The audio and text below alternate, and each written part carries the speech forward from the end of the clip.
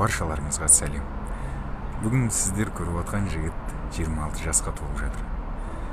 Абай Асылханұлы туған күні құтты болсын. Аман есен мүшелден шығуыммен. Бұл жыл шынымен мен үшін ерекше болды. Көп қызыққа толы болды, көп сынаққа толы болды. Осы жылға, осы жасыма айтарым көп рахмет.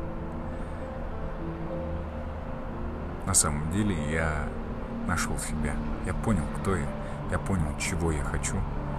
И я понял, для чего я пришел в эту жизнь. Я благодарен Всевышнему за этот год. Я смог. Теперь только вперед, с новыми силами, и ни шагу назад. Я бриллиант.